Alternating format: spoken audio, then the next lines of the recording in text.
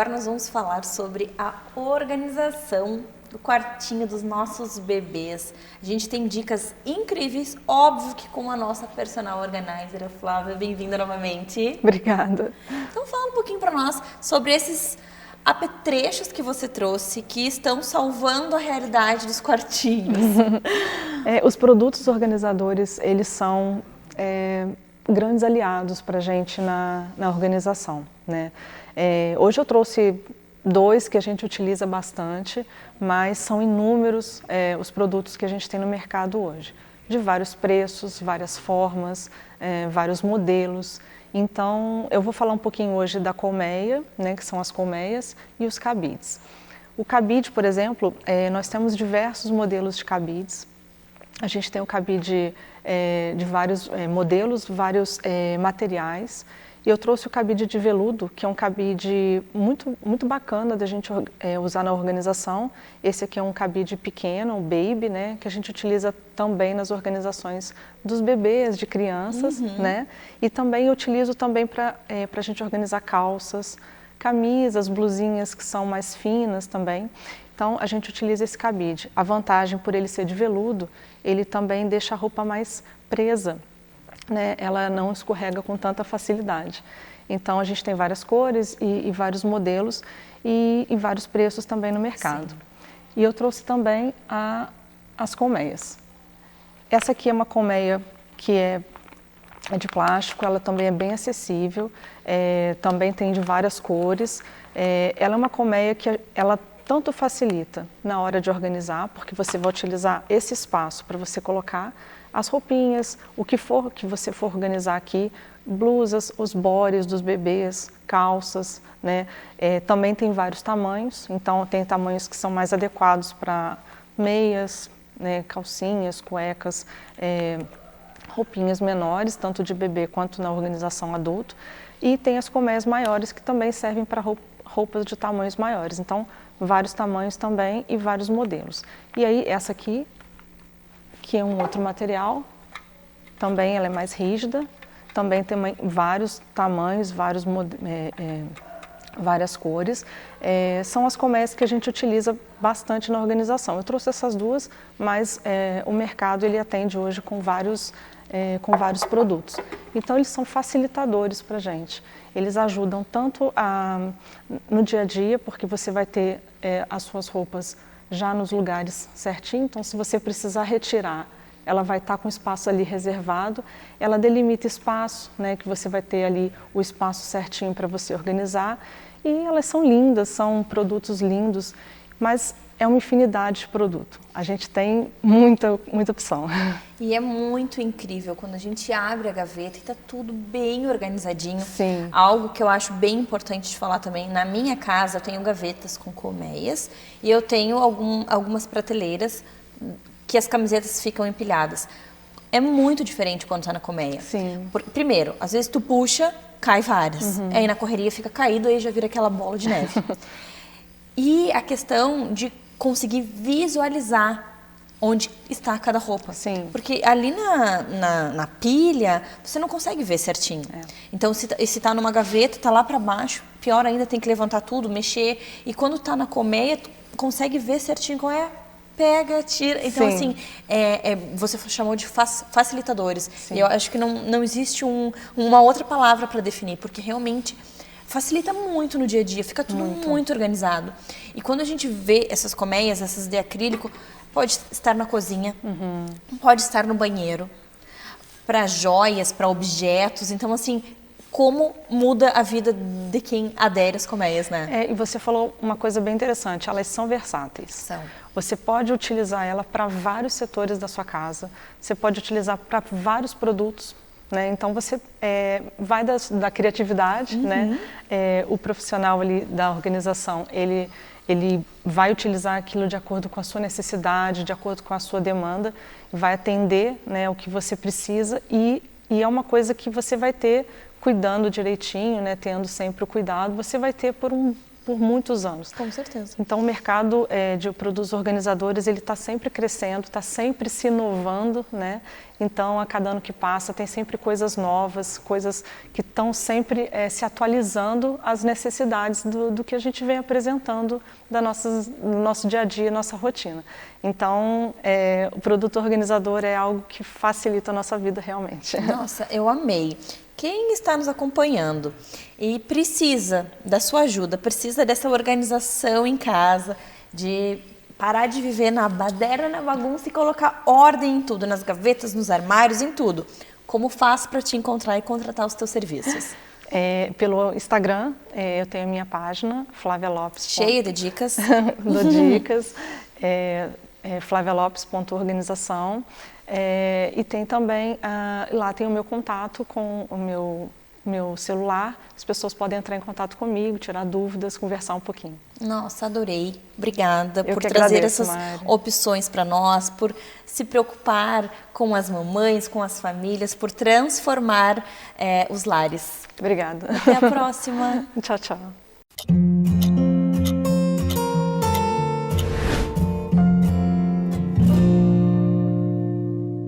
Vamos falar sobre pé torto congênito. Você já ouviu falar sobre essa doença? Quem vai trazer muitas informações para nós, nos explicar, para a gente entender o que é o pé torto congênito, é a nossa ortopedista pediátrica, a doutora Mike. Bem-vinda novamente. Obrigada. Doutora, então assim, vamos explicar para quem está nos acompanhando o que é o pé torto congênito.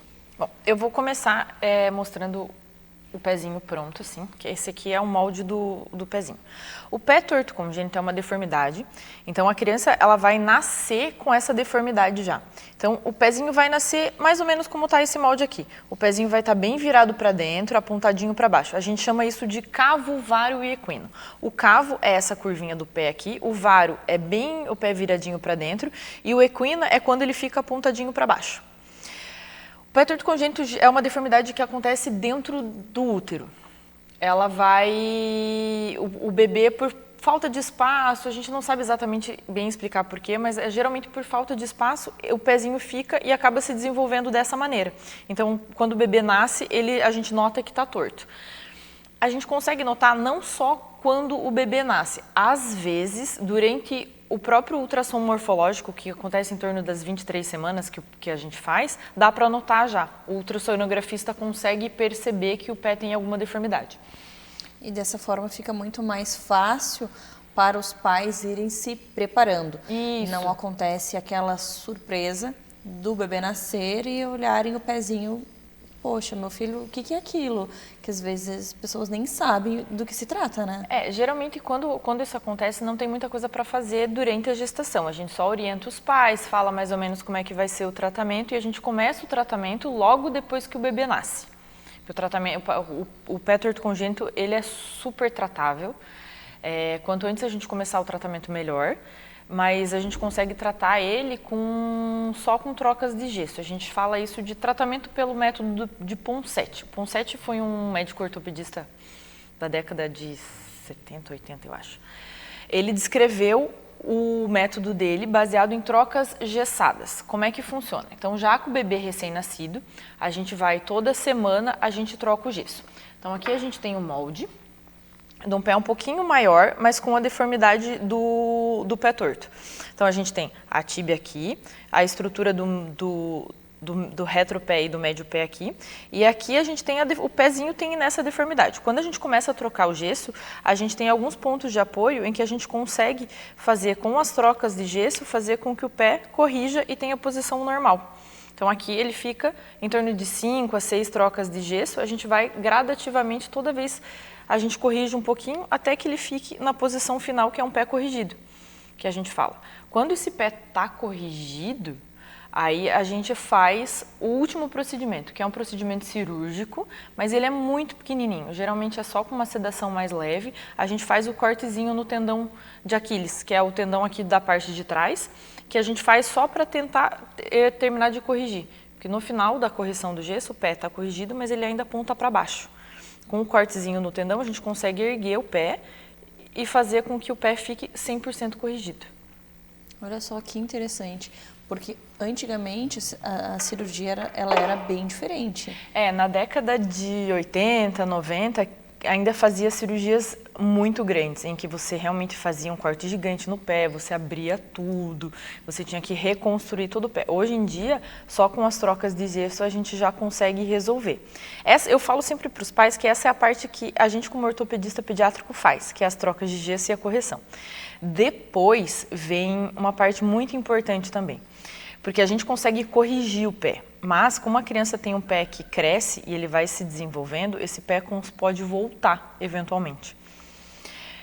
Então, para isso, depois das trocas de gesso e depois da tenotomia de Aquiles, ele fica mais 3 semanas de gesso e a gente tira o gesso e adapta uma órtese, que é uma órtese que é uma botinha, com os pés viradinhos para fora e uma barra de metal no meio.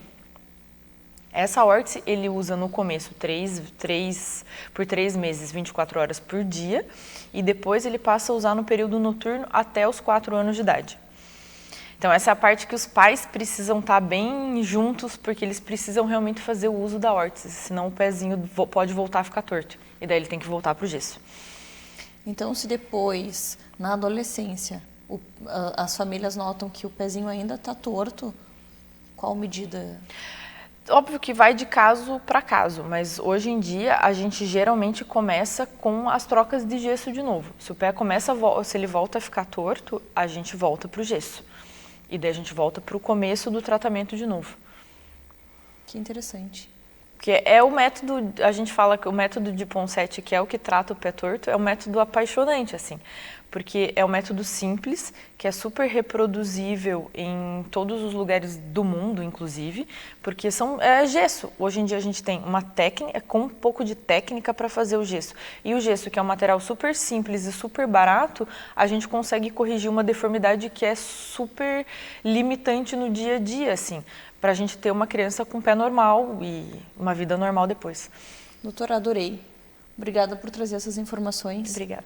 Eu espero que você tenha gostado. Se você ficou com alguma dúvida sobre esse assunto, se você tem um bebê em casa com o pé torto e quer tirar dúvida, entra no Instagram do Minuto Mamãe Bebê, procura a doutora Mai, que é a nossa ortopedista, entre em contato com ela, conversa com ela, tenho certeza que vai mudar um pouco a sua visão, ela vai te acalmar e ela vai te ajudar a entender um pouco mais sobre o pé torto congênito. Né, doutora? Isso aí. Obrigada, até a próxima. Obrigada, até a próxima.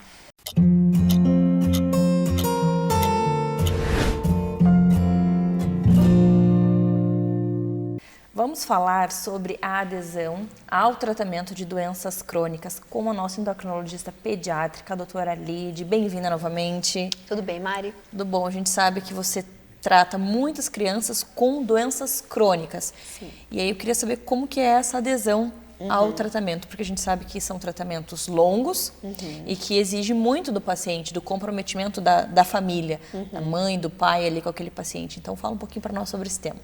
Então, assim, a endocrinologia, né, seja pediátrica ou seja o endócrino de adulto, ele vai trabalhar basicamente doenças crônicas, certo? Então, a gente trabalha diabetes, doenças de tireoide, doenças de suprarrenais, são todas doenças que o tratamento vai ser muitas vezes para a vida inteira. E o que a gente observa? Os estudos mostram que a adesão ao tratamento, ela nunca é muito boa. Nos países subdesenvolvidos, no Brasil, por exemplo, muitas vezes a adesão chega a 50% em alguns locais. Né? Então, a resposta ao tratamento vai depender de uma boa adesão ao tratamento, correto? Países desenvolvidos, os estudos mostram que 10% a gente tem de uma baixa adesão, mas a gente consegue uma adesão boa de 90%. A gente considera uma boa adesão quando as pessoas respeitam o tratamento de 80% a 100%. Né? Então, pensa, se o paciente fez a metade do tratamento, a gente não vai conseguir controlar bem aquela doença. Né? Então, puxando para a endocrinologia, diabetes, o tratamento é uma insulinoterapia, certo? Diária. Hoje em dia, né, ainda o básico é a insulina diária, várias aplicações. Se a gente deixa de ter uma outra aplicação, aquele controle glicêmico, né, não vai ocorrer de uma forma adequada. E a gente vai ter complicações agudas e crônicas, né? Às vezes, os pacientes só olham as complicações agudas. Não senti nada, então aquele tratamento não dou a devida atenção. Mas muitas vezes a complicação de não realizar um bom tratamento, ela vem depois. Então, vamos falar um pouquinho do diabetes. Se eu não aplico corretamente a insulina, daqui a pouco eu começo a ter o quê? Problemas de visão, né? Problemas de circulação. Isso às vezes vai vir 5 a 10 anos depois. né? Uma complicação aguda seria o quê? Eu ter um coma, um desmaio. Para isso, às vezes, os pacientes dão valor e prestam atenção e controlam. Mas a gente sempre tem que cuidar. Outras doenças que a gente cuida, doenças de tireoide, o hipotireoidismo e o hipertireoidismo. São doenças que a gente vai fazer uso de medicação via oral todos os dias no mesmo horário. Então, é muito comum os pacientes não respeitarem. Tá? Então, às vezes chegam para a gente com um exame de controle, um exame ruim. E aí a gente vai questionar, mas está tratando? Muitas vezes eles omitem, né? Não, sim, mas a gente consegue perceber pelos exames o que é um bom tratamento ou não. O médico consegue perceber quando o paciente tem uma boa adesão ou não. É difícil enganar o médico. O médico sabe, né? Então a gente acaba questionando e o paciente aí só tá, não, realmente. E na faixa etária pediátrica, o que acontece? Às vezes, quando são pequenos, os pais controlam mais. Quando vai chegando na adolescência, a criança toma um remédio. Difícil o adolescente ter um bom controle se ele ficar totalmente responsável pelo seu tratamento. Então, a gente sempre orienta os pais. É adolescente, mas quem é responsável por ele são os pais. Então, não dá para botar a responsabilidade de um tratamento de uso contínuo totalmente no adolescente. A gente já pode dar oportunidades. Já tomou seu remédio, ok, né? Tome sozinho. Mas os pais vão ter que estar por trás, tá? Eu vejo muito no consultório, às vezes os pais, já tem 12 anos, vamos deixar a criança cuidar. Volta com os exames, né, descontrolados. Então, é importante assim que os pais tomem controle mesmo nos adolescentes, tá? A gente tem doenças, por exemplo, a hiperplasia congênita do suprarrenal, né, que é uma doença endócrina que o corpo não produz o cortisol. O cortisol é um hormônio do estresse que, se você não tiver ele, você morre, né? Então, e às vezes, se você ficar sem esse tratamento, 2 dias, você fica doente, você pode entrar em coma, tá? Então, é uma doença grave, você precisa tomar o remédio corretamente. E às vezes, a gente pega, às vezes, pessoas que têm complicações por não ter tomado, né? Então, são doenças que a gente tem que ficar de olho. Outras coisas, por exemplo, hormônio de crescimento, né? É um tratamento que é diário. Hoje em dia, a formulação que a gente tem disponível é o uso subcutâneo diário.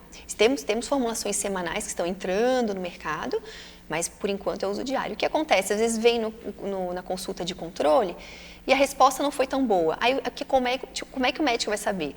Se foi porque a resposta não foi boa ou foi porque o paciente não fez as aplicações todas, né? Então, assim, a gente tem que tomar cuidado, porque às vezes a gente põe a culpa também. O remédio não funcionou, mas foi usado corretamente? Né? Então, a primeira questão sempre de todo bom tratamento é se você fez o tratamento corretamente. E a gente tem 2 tipos de pessoas, tá? Assim, essa questão de uma adesão ruim. Aquele que não quer tratar. Então, às vezes acontece, o adolescente, a gente recebe, não, eu não quero tomar esse remédio. Então, eu não tomo de propósito, eu não quero. Né? Então, a gente vai ter que convencer esse paciente a ele aceitar o tratamento, que ele precisa do tratamento e fazer, né? Às vezes, existem medicamentos que têm efeitos colaterais, né? Mas são necessários. Insulina, às vezes o paciente não quer aceitar que ele tem que tomar insulina o resto da vida, mas se não tomar aquilo ali, ele vai ter uma complicação grave, ele precisa. Então, você vai ter que convencer o paciente a aceitar o tratamento para ele poder fazer o tratamento. Então, esse é o primeiro tipo de paciente, aquele que não aceita e não faz porque não quer, seja criança ou adolescente ou adulto. E o segundo tipo, aquele que entra muito também na faixa pediátrica, que esquece, né? Então, não tem um controle correto ou não toma no horário certo. Por exemplo, o hipotireoidismo, geralmente a gente usa o medicamento em jejum. O medicamento tem que ser tomado em jejum, esperar um intervalinho para alimentação.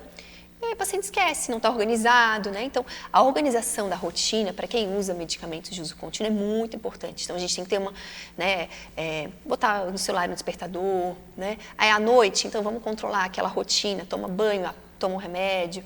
Então, a gente tem que ser bem organizado, assim. Não é fácil, mas é necessário. Então, pacientes crônicos, né, que são os que eu atendo muito, a gente sempre tem que ficar em cima assim, dessa adesão à terapia. E países subdesenvolvidos, infelizmente o Brasil, né, às vezes essa adesão é baixa, sabe?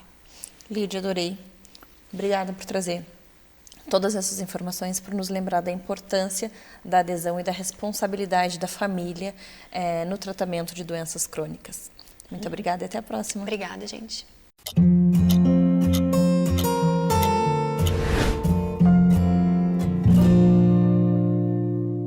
Vamos falar agora sobre um assunto muito importante que mexe muito comigo, eu acredito que com muitas pessoas, mulheres. Vamos falar sobre comportamento alimentar com a nossa psicóloga Aline. Bem-vinda ao nosso programa. Obrigada pelo convite. Que tema maravilhoso, porque a gente sabe que muitas pessoas acabam descontando as emoções na alimentação. E as pessoas estão, hoje em dia, muito sobrecarregadas e sofrendo muito com essa parte aí da alimentação. Então, fala para nós um pouquinho sobre como que a gente pode trabalhar o nosso emocional para que isso não afete na nossa alimentação. Certo. Então, a relação com a comida é algo que faz parte de todo ser humano, né? Então, assim, desde criança a gente vai aprendendo a se relacionar com a comida. E muitas vezes a comida ela vai virando uma válvula de escape para as nossas emoções. Então, se eu estou com um problema, muitas vezes eu me dou o direito de comer um pouquinho mais. Se eu estou cansada no final do dia, eu mereço um conforto. E a alimentação e a comida, geralmente as comidas mais palatáveis, digamos assim, elas trazem um conforto emocional. Então, quando eu não estou bem, ou quando eu estou triste, ou estou entediado, muitas vezes a gente busca um refúgio na comida. E isso pode ser aprendido. Então, às vezes, desde criança, a gente vai tendo algumas relações com a alimentação, que isso tem a ver com a nossa criação, com a relação com os familiares, principalmente os pais. Então, como tu disse, né, algo que mexe contigo e mexe com muita gente. Por quê? Porque a relação com o nosso corpo também se dá através da comida. Então, entender como é que eu funciono, se eu muitas vezes tenho uma dificuldade na alimentação, e isso pode ser tanto para as pessoas que comem demais ou para aquelas que perdem o apetite, tudo isso está relacionado muitas vezes a essa questão emocional. Como que a gente trabalha isso? Tá, a primeira coisa é se conhecer. Então, eu preciso ter um automonitoramento de como que eu lido com a questão da alimentação. Então, por exemplo, pessoas que procuram um atendimento, um exemplo, né? Porque querem emagrecer, porque não estão satisfeitos com o corpo. E às vezes o foco fica na dieta. Então, as pessoas estão querendo emagrecer, mas não melhorar a relação com a comida. E aí começam aquelas dietas mirabolantes, restritivas, e tudo que é muito restritivo a gente não consegue manter. Então, assim, por que muitas vezes a pessoa vai para uma cirurgia bariátrica, né? Ela quer perder o peso, mas muitas vezes ela não quer mudar toda essa relação, esse contexto com a comida. E a gente sabe que hoje, para ter um efeito, né, para que a cirurgia tenha sucesso, porque em alguns casos tem uma indicação mesmo, né? Tu precisaria fazer um acompanhamento. E esse acompanhamento, ele é multiprofissional. Então, tu precisa do endocrinologista, do nutricionista, do psicólogo, às vezes do psiquiatra. Então, tu precisa de uma equipe que te ajude, né? Um profissional de educação física, porque a nossa alimentação, a nossa saúde, na verdade, ela é baseada no quê? Em como a gente vive. E as pessoas muitas vezes querem fazer coisas mirabolantes, né? Ou querem ter um efeito rápido, quando na verdade a gente precisa fazer o básico bem feito. E esse básico bem feito está sendo muito negligenciado, né? Qual que seria o básico bem feito? O básico bem feito é um sono de qualidade, atividade física, a questão da alimentação, comer comida de verdade, hidratação, atividade física no sentido assim que a pessoa precisa criar uma rotina, um planejamento de como que ela vai se organizar e principalmente o controle das emoções, né? Então, assim, como é que eu lido com a comida? Né? Eu como rápido, eu como em pé, eu como qualquer coisa porque eu não tenho tempo, né? Então eu não priorizo um tempo de qualidade às vezes para eu sentar, degustar uma comida, preparar uma refeição, né? As pessoas hoje em dia estão muito no automático. Então, assim, é tudo corrido, comendo qualquer coisa em qualquer lugar, em pé mesmo, né? Ou vendo o celular ou assistindo TV. Então, tem muitas distrações. Então, pensar num plano de ação para lidar melhor com isso exige também que a pessoa pare, se perceba e decida, né? Façam escolhas mais saudáveis para que ela consiga manter algo. Porque muitas vezes não é sobre perder peso, é sobre conseguir manter. Nossa, você vai falando e tudo vai fazendo muito sentido. E sabe algo que me chama muita atenção? É que no meu caso, e talvez de algumas outras pessoas, sabemos disso, mas a gente não consegue colocar em prática. Parece que não deu o start para fazer a mudança. O que pode ajudar a mim e todas essas pessoas que querem essa mudança e que sabem, poxa, eu sei que eu não estou fazendo atividade física, eu sei que eu estou comendo na frente da televisão, eu Eu sei que eu tive um dia estressado, eu estou descontando a comida. Eu sei, mas o que a gente faz para mudar? Então, na verdade, essa é uma pergunta muito importante, na verdade, porque assim, ó, informações nós temos e temos muita informação, né? Então, assim, a gente sabe o que tem que fazer e aí o que faz com que a gente não faça, né? Então, assim, se eu sei que é importante para mim, que eu preciso me cuidar, que eu preciso cuidar da minha saúde física, mental, enfim, por que eu não faço? E isso tem a ver, muitas vezes, com a gente não se auto-perceber. Então, essa falta, muitas vezes, de conhecimento, de autoconhecimento, né? De eu me perceber o que eu quero. Então, assim, o que eu quero para a minha saúde? Quando eu vou procurar um profissional porque eu quero emagrecer, é só sobre o peso? Então, qual que é o meu objetivo? Ah, eu quero perder peso porque, sei lá, eu quero entrar numa calça 38. Ou eu quero perder peso porque eu quero ter saúde para poder correr atrás do meu filho sem me sentir cansado, sem me sentir... Né? Então, assim, essas pequenas coisas a gente precisa ter clareza. Mas eu costumo dizer que para a gente iniciar, a gente precisa começar pelo básico. Então, quando eu estou muito perdido, quando eu não sei o que fazer, eu preciso começar com um básico bem feito, que é cuidar do sono, da alimentação, iniciar uma atividade física. Daí tu vai dizer, mas isso a gente já sabe.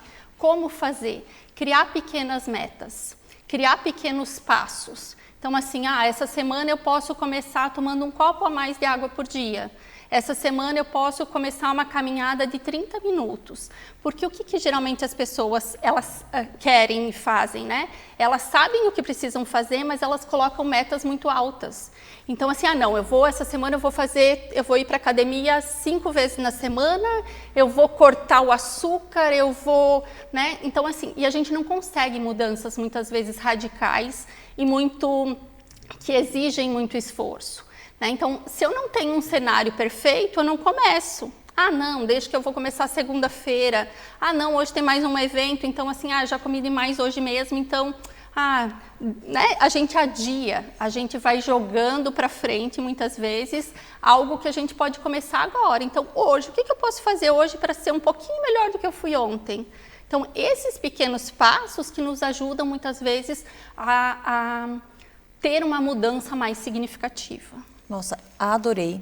Obrigada por todas as informações. Eu espero que você tenha gostado também. Se você se interessou, se você sentiu que você precisa de ajuda, entra no Instagram do Minuto Mamãe Bebê, procura a Aline lá, que eu tenho certeza que vai ser transformador. Eu já encontrei ela, então eu vou me transformar. Espero que você também busque a sua ajuda. Obrigada e até a próxima. Obrigada também. Até mais.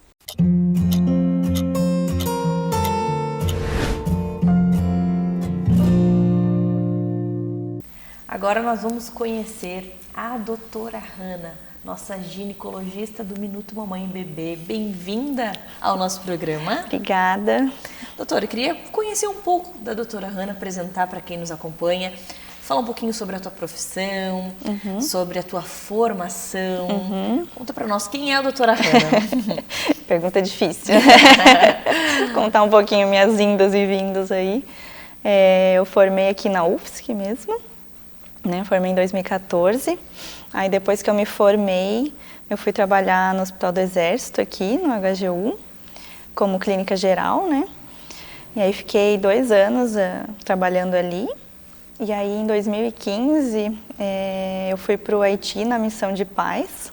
Fiquei 5 meses morando no Haiti, lá na base militar. Foi uma experiência incrível, experiência profissional e principalmente pessoal, assim, né? De viver num ambiente, né, confinado, né?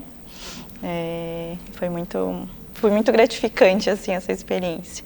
E aí depois me formei, fui para Curitiba, né, fazer a residência médica, que é a especialização.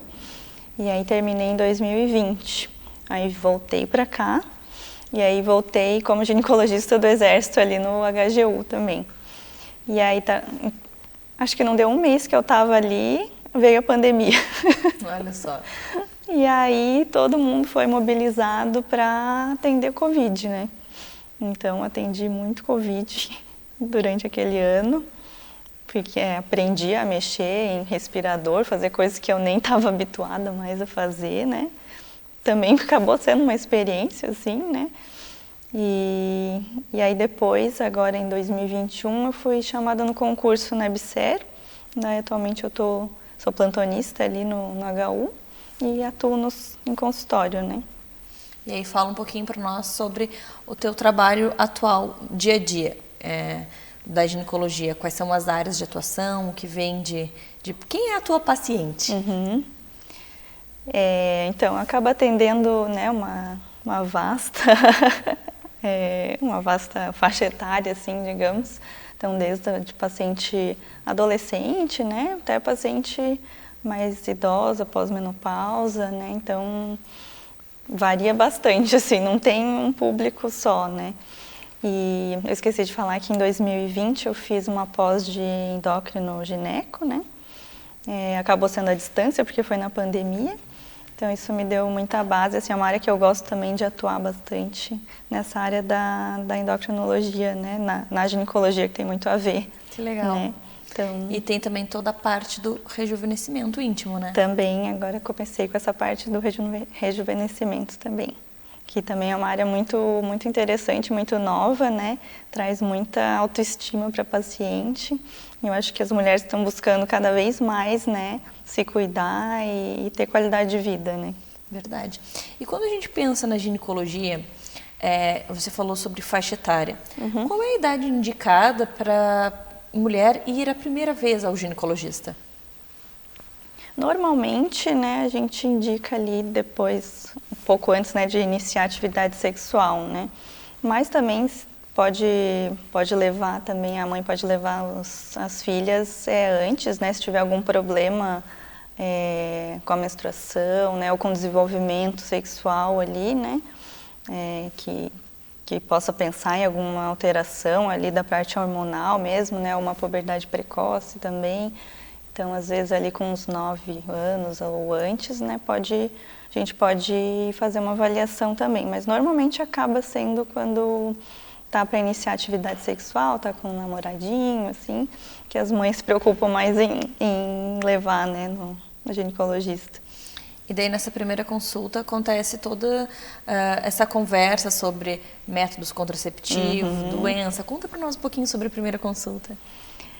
Normalmente assim a paciente vem bem envergonhada, porque vem quase que obrigada, né, pela mãe a estar ali. Então eu procuro deixá-la bem à vontade para falar, para tirar as dúvidas. Aí tem um momento que eu pergunto, né, se ela quer ficar sozinha na consulta. Às vezes elas preferem ficar sozinha na hora do exame físico, né, que a gente faz. E nessa hora eu aproveito também para perguntar um pouquinho mais. Às vezes tem vergonha de falar alguma coisa na frente da mãe, né. Então tem esses dois momentos, com a mãe e sem a mãe. E aí depois eu peço sempre falo mãe, né, mas pode ser o pai também, né, o responsável voltar na consulta para eu dar as orientações, né, de cada caso, assim, né, as orientações finais ali, eu sempre explico dos métodos, né, da importância, da prevenção de doença sexualmente transmissível. E quando que é indicado voltar? De quanto em quanto tempo, uma vez que eu fui a primeira vez, fiz a minha primeira consulta, de quanto em quanto tempo eu preciso ir ao ginecologista? Se eu iniciei um método ali, né, naquela primeira consulta, normalmente eu oriento voltar em 3 meses, que normalmente é o período de adaptação do anticoncepcional, né, pensando numa pílula, né, de anticoncepcional. Se tiver tudo normal, né, não comecei, por exemplo, né, ou não tem nenhuma queixa específica, um retorno anual é suficiente para fazer a revisão, assim. Entendi, adorei. Obrigada pela sua apresentação, por dividir tanto conhecimento conosco e até a próxima. Muito obrigada.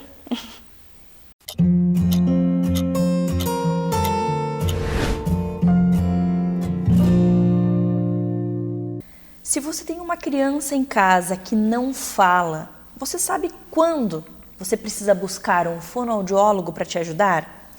Quem vai nos ajudar a entender um pouco mais sobre esse assunto é a Fábio, fonoaudióloga aqui do Minuto Mamãe e Bebê. Bem-vinda ao nosso programa. Muito obrigada, Mariana, pelo convite. É um prazer estar aqui com você e poder esclarecer alguns aspectos da importância de procurar um fonoaudiólogo quando você tem um bebê que ainda não fala. É sempre uma dúvida e sempre chega no consultório para mim o seguinte: Eu tenho uma criança que tem 1 ano, 1 ano e meio e não fala.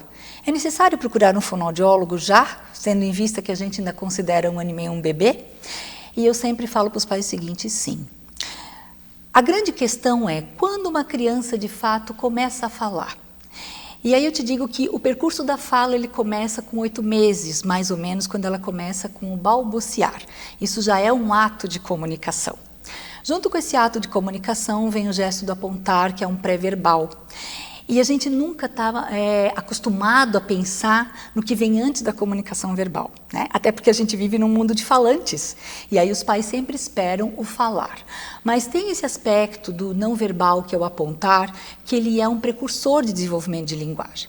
Então, partindo disso, que aos 8 meses a criança tem que balbuciar, com 11 meses tem que vir o gesto do apontar, que ela está comunicando, com 1 ano ela tem que ter as primeiras palavras, que pode ser mamã, papá, dá, bobó, e que muitas vezes não são palavras claras, mas elas precisam existir, para que os pais comecem a ficar atentos assim, tem uma intenção de comunicação verbal.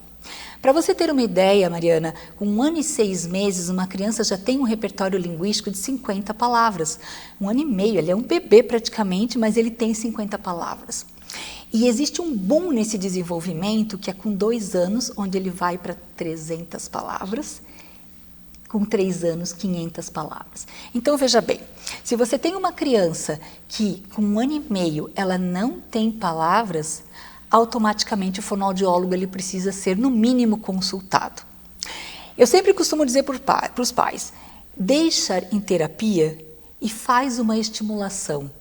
Mal não vai fazer. Essa criança vai ter ganhos de repertório linguístico. Por quê? Se você deixa esperar, se você cai naquela coisa, não, mas cada um tem o seu tempo, que é muito comum a gente escutar, e eu sempre falo assim, não é que cada um tem o seu tempo.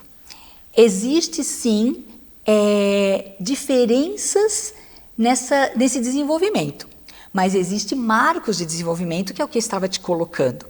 Então, o tempo, ele só vai dizer de um problema que pode estar se instalando. E eu sempre brinco que problemas acabam gerando problemas, né? Porque se eu tenho uma criança que com 1 ano e meio ela não tem um repertório de pelo menos 30 palavras, isso quer dizer que ela está com um atraso. Vamos ganhar tempo nesse atraso. Vamos colocar ela em terapia. Mal não vai fazer. Ao contrário. Uma outra questão que eu sempre costumo abordar com os pais é: qual é a comunidade linguística que essa criança está inserida? Porque muitas vezes ele é um filho único, né? A gente sabe que hoje os pais trabalham fora. Então eu sempre pergunto, qual é a comunidade linguística que essa criança está inserida e qual é a qualidade dessa comunicação? Porque às vezes também, mãe está em casa, mas ela está nos seus afazeres domésticos. E tudo bem, a gente sabe que isso é uma realidade. Mas quando eu estou com a minha criança, como eu estou? Com que desenvolvimento de linguagem eu estou? Eu estou brincando com ela? Eu estou apresentando o mundo para ela? E aí a grande dúvida dos pais também é, o que é apresentação de mundo? A apresentação de mundo é muito simples, Mari. É você sentar com o seu filho quando você está alimentando, dizer o que ele está comendo, por exemplo. Aí quando você vai dar banho, você nomear as partes do corpo. Então eu preciso garantir para minha criança que ela tenha uma qualidade de comunicação, mesmo ela sendo um bebê e estando dentro de casa. Então eu sempre costumo dizer, na dúvida, se você quer saber se está em atraso ou não, procura um fonoaudiólogo, para no mínimo receber essas orientações de como fazer uma comunicação. E um segundo aspecto importante que eu sempre considero é, por que não colocar essa criança numa escola? Meio período, porque nada melhor que ter pares de comunicação, que são as crianças com crianças, para eu desenvolver uma necessidade de me comunicar. Então eu acho que é muito importante não deixar, não se contaminar com sempre o senso comum. Não, espere, ele é só um bebê. Não existe o esperar, existe a precaução. E a precaução é procurar um fonoaudiólogo para receber no mínimo uma orientação. Nossa, que sensacional. Obrigada pelas informações. Agora você já sabe que não existe isso de cada um tem o seu tempo. Nós temos marcos no desenvolvimento e nós precisamos respeitá-los, precisamos compreendê-los e seguir. Então, se você tem uma criança que você desconfia que não está atingindo os marcos, busca o profissional. É ele que vai poder te dar toda a orientação, não a vizinha, a avó, é um profissional capacitado e qualificado. Não é verdade? É verdade. Muito obrigada pelas informações e até a próxima. Até a próxima.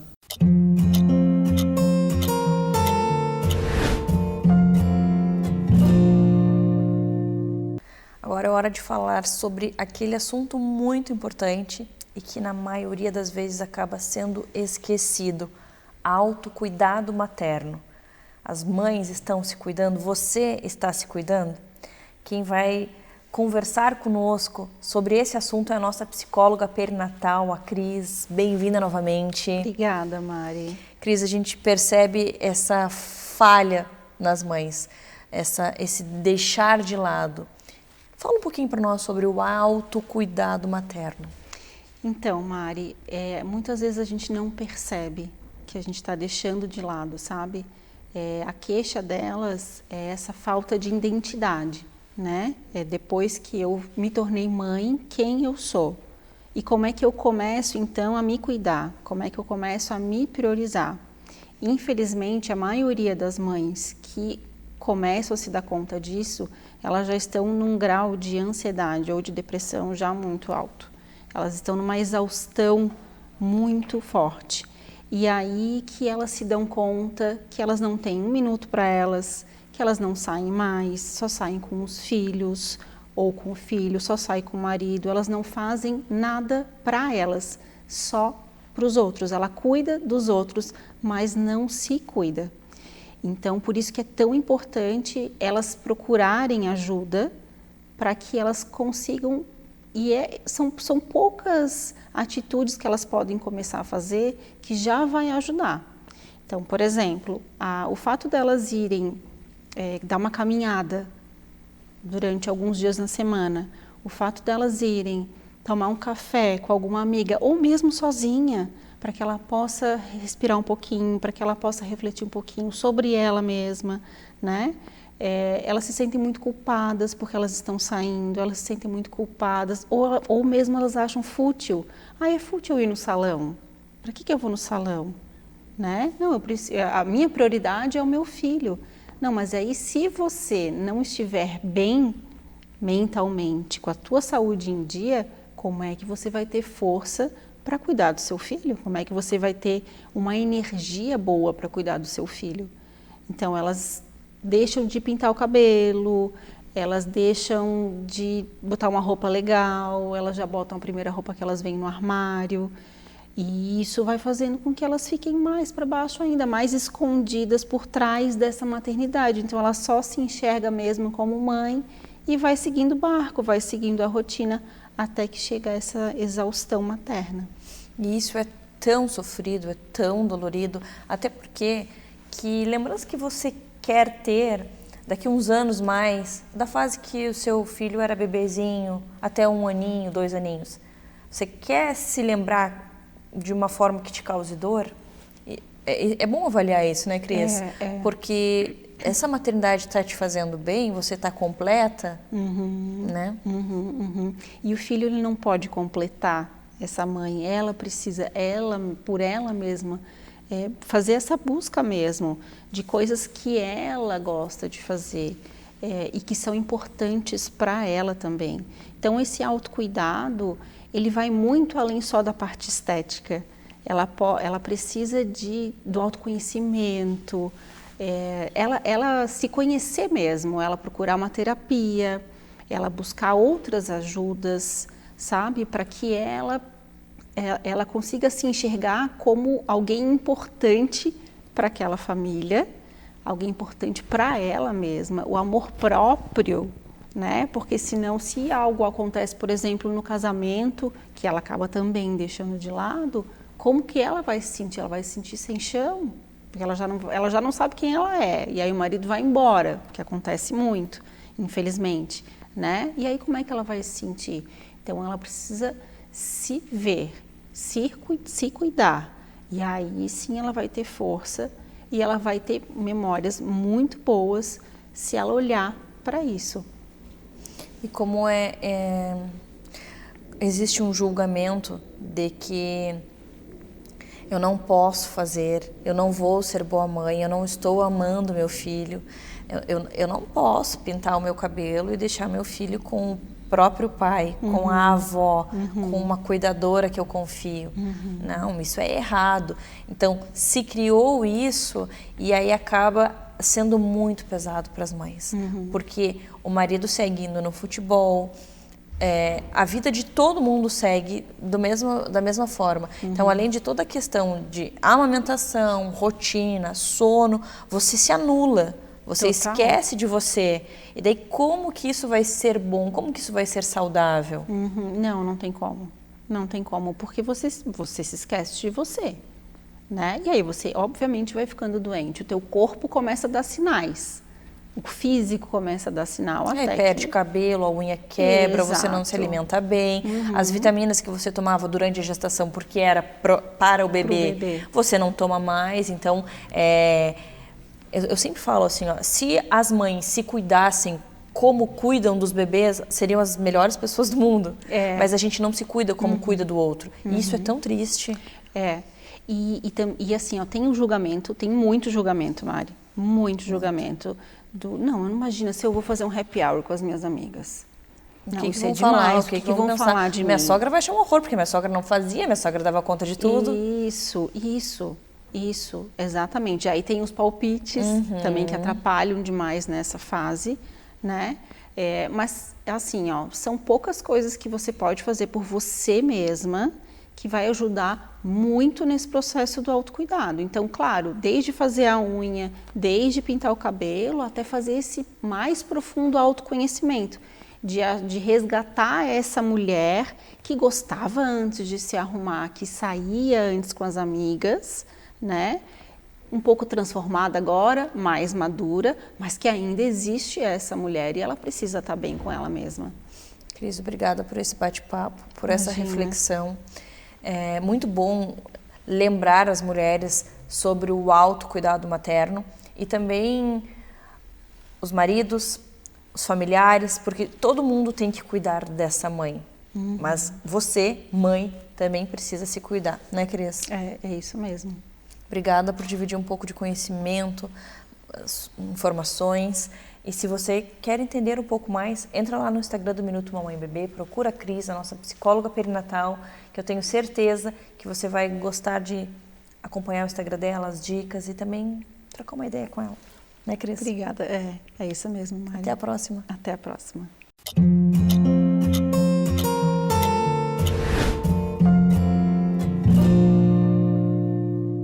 Agora eu vou conversar com a doutora Sami, nossa dentista. E olha só que legal. A doutora Sami abriu uma caixinha de perguntas lá no Instagram e trouxe as principais dúvidas do pessoal que acompanha ela lá nas redes sociais. Eu estou com elas aqui e ela vai responder para nós. Doutora, bem-vinda ao nosso programa novamente. Obrigada. Vamos para a primeira dúvida, então. Com quantos anos devo levar meu filho para uma avaliação ortodôntica? Então, boa tarde pessoal. O ideal, Mari, é a partir dos 6 anos. Com 6 anos é legal a gente fazer essa avaliação, ver se a criança precisa de alguma intervenção ortopédica, ou seja, mexer já em ossinho, né, nos ossos, ou se a gente vai acompanhando o crescimento dessa criança até ela ficar maior e aí precisar talvez de um aparelho ortodôntico, alguma coisa assim.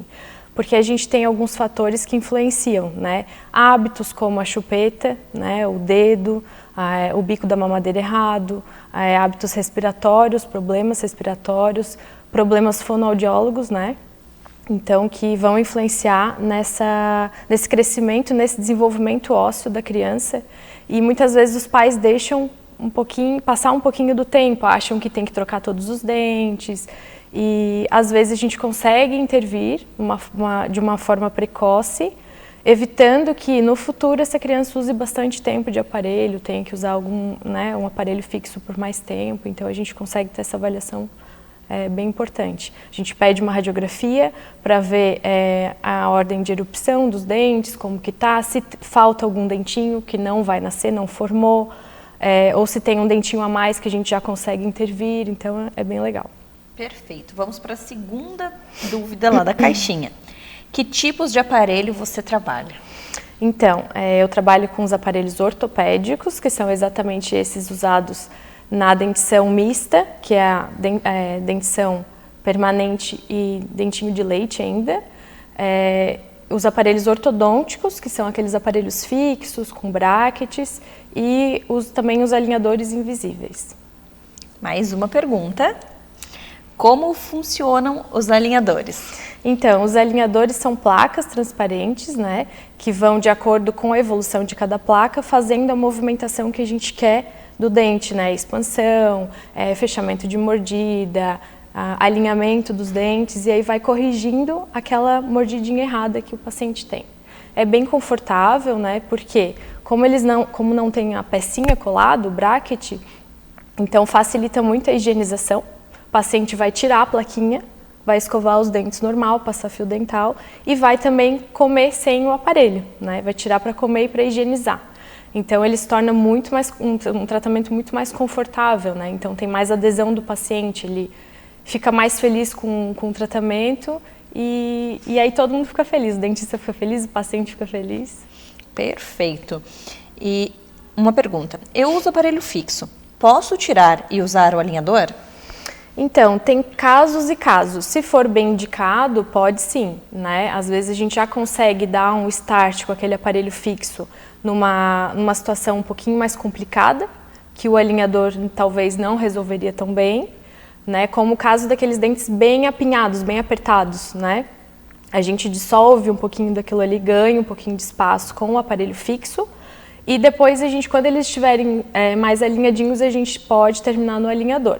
Cada caso tem que ser bem avaliado, pedido documentação, né? Mas às vezes o paciente está cansado daquela pecinha colada, da higienização, está há muito tempo com aquele aparelho, a gente pode estar tentando fazer essa troca sim, tem que ser avaliado, né? Perfeito. Outra dúvida, doutora, quais os tipos de clareamento que você trabalha? Então, a gente tem 2 tipos de clareamento, né? Tem o clareamento de consultório, onde o paciente vai, a gente faz o clareamento ali. Geralmente são 3 sessões, dura em média 1 horinha a sessão, né? E ele traz uma praticidade que é aquela correria do dia a dia que a gente tem hoje, que o paciente vai lá, já faz a sessão e já sai com o dente já um pouco, né? Em tons mais claros. A desvantagem dele é para pacientes que têm muita sensibilidade.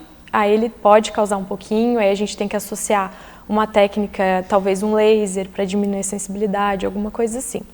E existe o clareamento caseiro, onde você leva aquelas plaquinhas, o gel e faz o clareamento em casa de 20 a 30 dias. Então esse você tem que ter a disponibilidade de estar fazendo todo dia 1 horinha ali o clareamento. Mas também é um tratamento muito bom, os dois têm um resultado bem parecido, assim. E quando nós pensamos nos cuidados depois ou durante o clareamento, quais são os cuidados durante o clareamento e quais os cuidados depois do clareamento? A gente ouve falar muito sobre vinho, suco, molho de tomate, enfim, o que é mito, o que é verdade?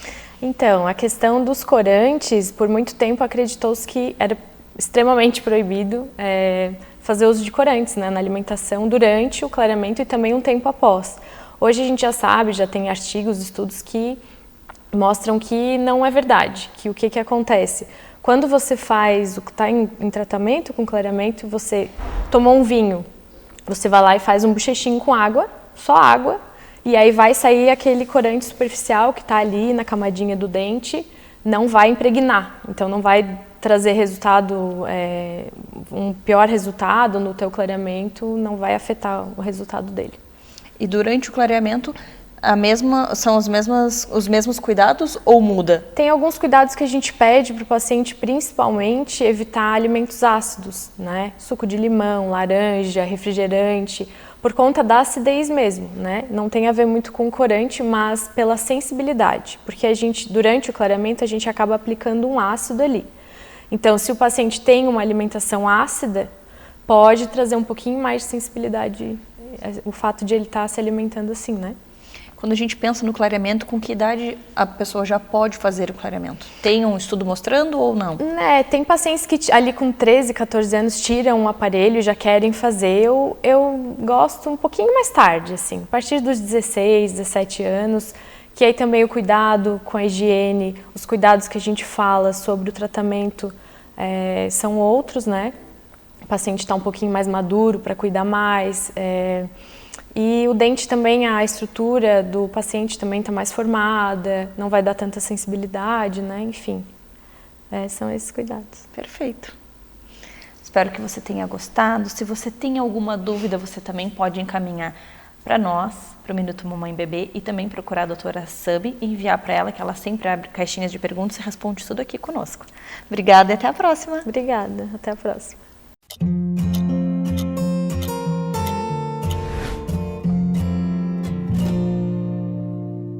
Você já ouviu falar em Shantala? O que será que significa Shantala? Muitas pessoas sabem, muitas pessoas têm dúvidas e algumas não conhecem. Então eu trouxe aqui a nossa fisioterapeuta Keller para abordar esse assunto conosco. Bem-vinda novamente ao programa. Oi, tudo bem? Tudo ótimo. Então, fala para nós, explica para quem já conhece, para quem não conhece, o que é Shantala, que técnica é essa? Bom, vamos falar um pouquinho primeiro sobre o toque. O toque físico é fundamental para o desenvolvimento da espécie humana. Dentre todos os mamíferos, nós os humanos somos os que nascemos mais imaturos e precisamos de mais cuidados.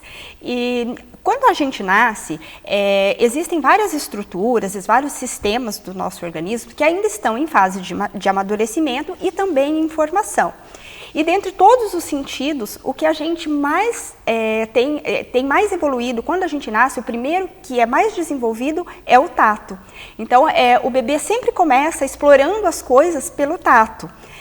Mesmo que ele ainda tenha uma visão em desenvolvimento, a audição, mas o tato é o que se encontra mais desenvolvido no momento do nosso nascimento. A Shantala é uma das técnicas de massagens que é específica para crianças, né? Os nossos amigos orientais já são muito mais desenvolvidos nessas técnicas, já utilizam há muito tempo, e essas técnicas aqui no Ocidente não eram tão populares até pouco tempo. E o nome Shantala, na verdade, ele é de origem indiana. Quando na década de 70, um médico em visita à Índia, ele percebeu que as indianas, elas tinham o hábito de massagear os seus filhos em qualquer lugar, em casa, na rua, e que já existiam vários estudos sobre essa parte de contato, os benefícios da massagem, mas ele, em conversa com uma dessas mães, ele aprendeu essa técnica com essa mãe e colocou o nome em homenagem à mãe, que se chamava Shantala. Olha só que legal. E qualquer mulher, qualquer mãe, qualquer pai, qualquer pessoa pode fazer a Shantala no seu bebê? Pode sim. Geralmente a gente espera até os 30 dias para iniciar a técnica, porque o bebê já está com um quadro mais estável, né, já tem uma rotina um pouquinho mais definida. Então, qualquer pai, qualquer mãe pode sim fazer, mas é importante que se tenha uma orientação profissional sobre quais os movimentos a gente deve fazer, sobre a intensidade do toque, se pode utilizar algum óleo ou não, se pode associar com alguma outra técnica de relaxamento. Então é importante, porque às vezes esse bebê pode apresentar alguma particularidade, né, que é importante um profissional para orientar essa família. E quando a gente pensa em aprender essas técnicas, muitas pessoas buscam alguns vídeos, algumas coisas na internet, mas é tão importante a gente ressaltar que é necessário buscar um profissional qualificado, um profissional capacitado, e que existem cursos, oficinas de Shantala. E a Keller vai ministrar uma oficina, é isso? Isso mesmo. A Clínica Kaique está promovendo agora no mês de maio um curso para as famílias gestantes, todas as famílias são bem-vindas, e neste curso a gente vai abordar um pouquinho da Shantala, vamos introduzir um pouquinho dessas técnicas de massagem, de conforto para os bebês, e em breve estaremos lançando também uma oficina específica em técnicas de conforto, Shantala, ofurô e sling. Sensacional. E quem quiser participar, então você já falou que é em maio, como é que vai acontecer? Inscrições, todas essas informações? Isso, todas essas informações a gente pode acessar através do Instagram da Clínica Kaique, fica ali no estreito. Então quem tiver interesse, só procurar pelo Instagram, já tem um linkzinho ali para fazer a inscrição. E também pode entrar em contato comigo diretamente no Instagram, que eu vou fornecer fornecer também as informações necessárias. A Keller está no Instagram do Minuto Mamãe Bebê, então é só digitar lá Keller, procurar por ela e entrar em contato com ela, tirar todas as dúvidas a respeito de horário, o tempo que vai levar a oficina, Isso. valores, enfim. Lá você conversa direto com ela e tira todas as dúvidas, né, Keller? Isso mesmo.